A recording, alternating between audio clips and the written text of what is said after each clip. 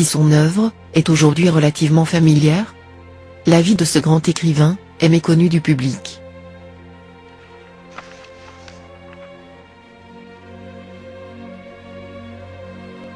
Hôpital, Saint-André de Mascara. Pavillon des Incurables. Ce génie littéraire incontestable a vécu plusieurs mois, ici. 1943, il avait 39 ans, mais il était comme un vieillard de 60 ans. Les cheveux blancs, le visage défait, il n'avait plus de dents à cause du scorbut.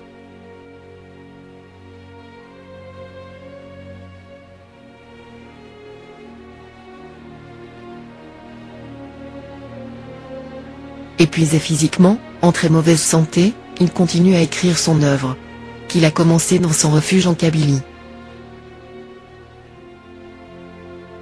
Je m'appelle Israr Belaïd.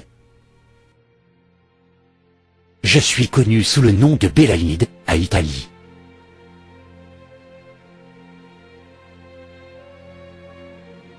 Il a été enterré comme dans le secret. Il avait lui-même écrit un télégramme, que la direction de l'hôpital devrait envoyer au père de Gézel, tout de suite après sa mort. Il disait : Quand vous recevrez un télégramme de la direction, c'est que je serai mort.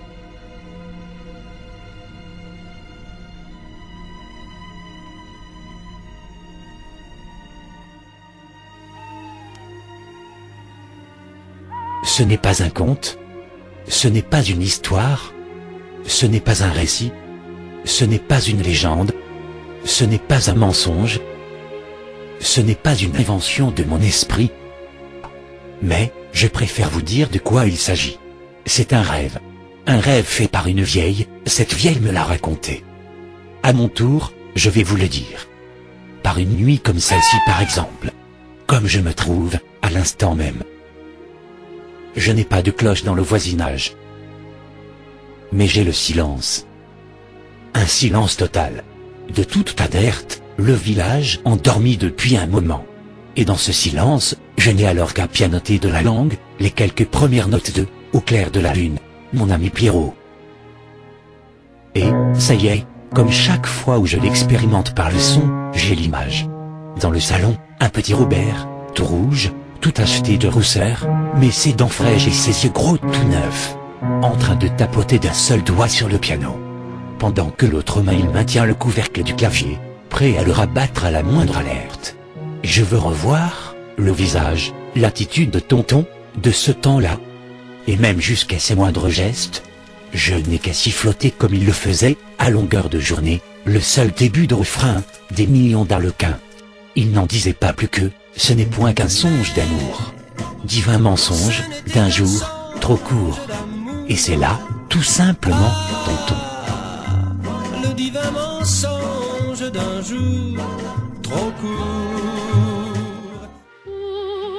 La troublante volupté. Et maintenant, la troublante volupté. Je ne me souviens plus du titre, mais classique aussi. Ça s'étata, dans sa cuisine, avec Marie la silencieuse, comme je la surnommais en moi-même. Médité, et presque avec contrainte. Une autre image, moi, tournant le dos, à la fenêtre, qui donne sur la rue Eugène Jumin. Je fais mes devoirs. Et, derrière moi, en haut, près de la fenêtre, le carillon sonne les quarts, les demi, les trois quarts et les heures. 4, 8, 12 et 16 coups. Vrai son de cathédrale.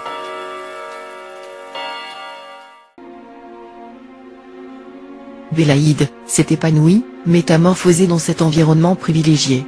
Dans ce monde nouveau, il se sentait comme un poisson dans l'eau, que ce soit dans ses rapports avec les jeunes Français, ou dans les échanges avec le monde des adultes. Son séjour à Paris lui acquiert ainsi une ouverture d'esprit beaucoup plus profonde. Ce qui lui permit de formuler plus tard des jugements simples mais justes.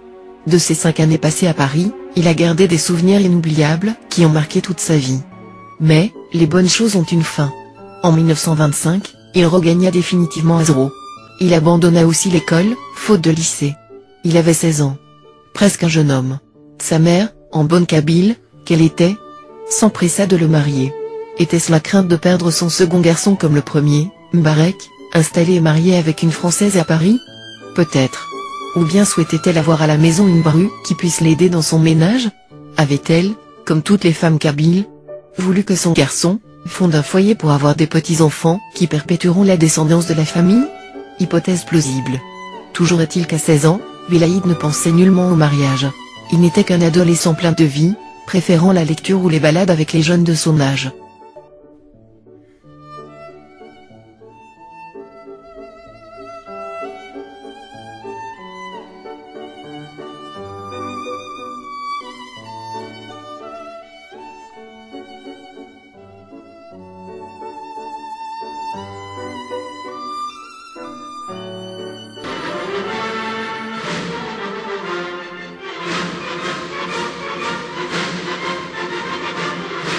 Cette guerre allait précipiter un peu plus Belaïd dans le désarroi. Belaïd était un idéaliste, un pacifiste, il aimait la vie et haïssait la violence. Dès le début de son rappel sous les drapeaux, Belaïd se remit à boire avec exagération. Le vin et l'indiscipline vont lui faire perdre son grade de sergent-chef.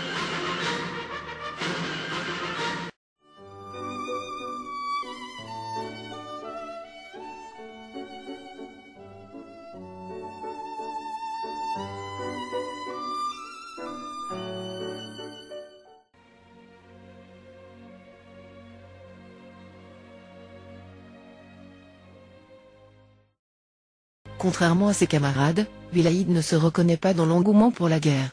Il a vécu un terrible déchirement. Ce déchirement est lié à l'histoire de l'Algérie, cette Algérie des années 30 et des années 40. Cette Algérie qui était prise entre l'assimilation et ce désir d'émancipation que beaucoup d'intellectuels algériens ont vécu.